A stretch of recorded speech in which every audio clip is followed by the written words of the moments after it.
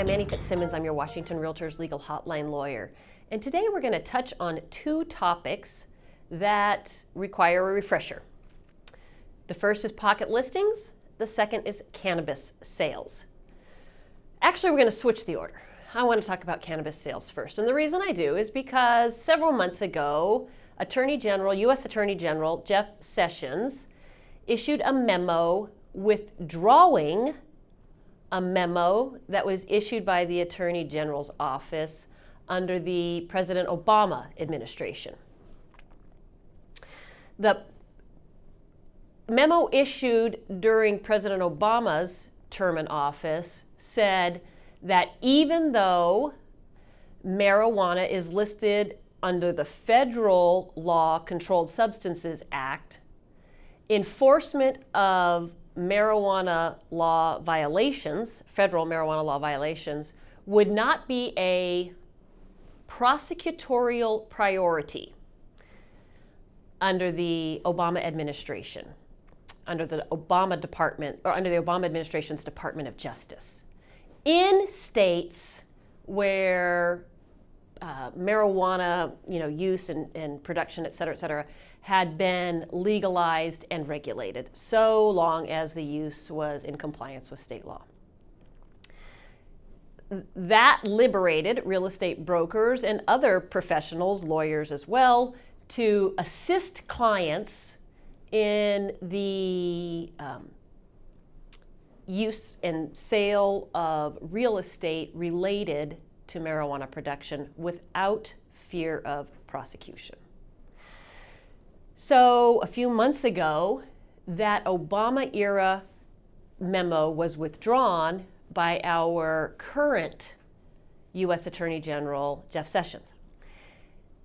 The question at that time was, what's going to change? Is the Federal Department of Justice going to start prosecuting marijuana crimes in states like Washington, where it has otherwise been made legal at a state level? And we didn't know the answer to that question, but time has shown that there is, at least at this point, no change at the state level or the federal level with how marijuana use and distribution, which is a crime under the federal law, is prosecuted.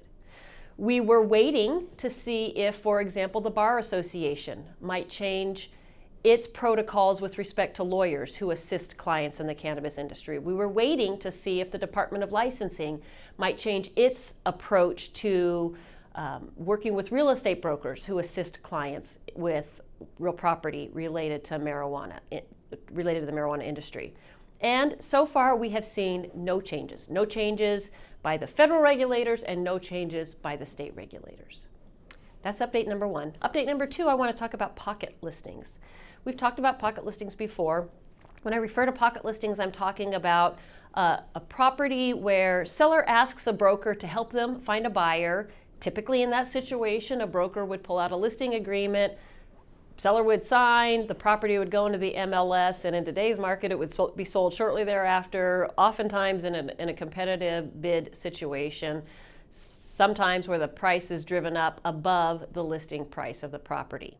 We've discussed previously that in a pocket listing scenario, the market for the seller's property is necessarily reduced to the group of potential buyers that this one broker, or perhaps if this one broker shares it with their office or shares it with another group of brokers, anyhow, a more isolated group of buyers are going to be viewing seller's property, which will necessarily, statistically at least, if not with respect to an individual property, statistically, that will lower the price and the value of the terms that are brought to seller, just because it will reduce the number of buyers or potential buyers who are looking at seller's property and potentially making offers. There's also a fair housing component to this.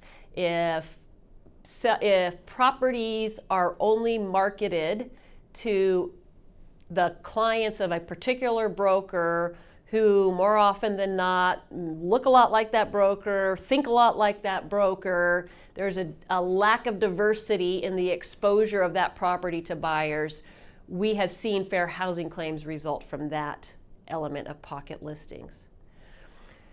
But the purpose of this video is to remind you of the risks to your seller associated with pocket listings, whether it's the fair housing issue, whether it's the price and terms not being as competitive, or even if it's an overall depression to the real estate marketplace, since appraised values are determined by recent sales, if we have sales that appraisers are comparing to that have not been properly exposed to the market, that's going to create an overall picture of our market that is perhaps lower than the real value of properties.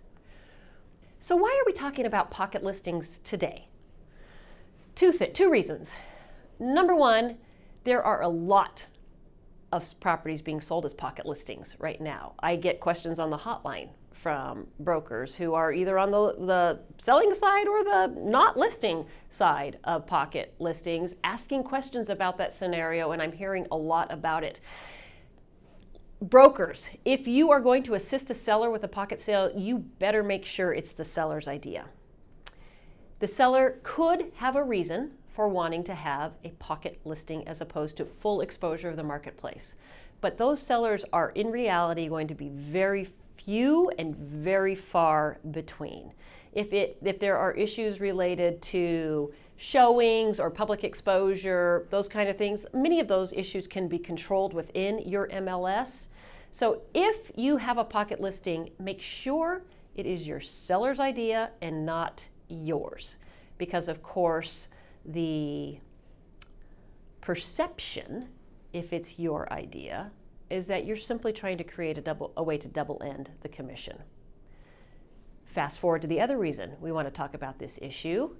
At the beginning of June 2018, there was a meeting in Washington, D.C. called by the Department of Justice and the Federal Trade Commission, the regulatory authority and the prosecutorial authority related to fairness in the real estate marketplace. And the topic of discussion was, is the real estate market adequately competitive? And when we see a whole bunch of pocket listings in our market, again, speaking to innuendo and perceptions, the perception is listing brokers, you're hoarding properties for sale rather than fairly exposing them to the marketplace. As an industry, we don't want to give the Department of Justice or the Federal Trade Commission reason to investigate the industry. So be careful with pocket listings.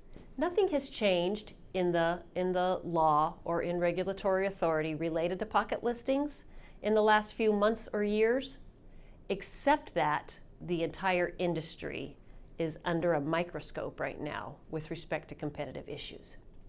If you have questions on these topics or any other, send an email to me, legalhotline@warealtor.org. Thank you for being a Washington Realtors member.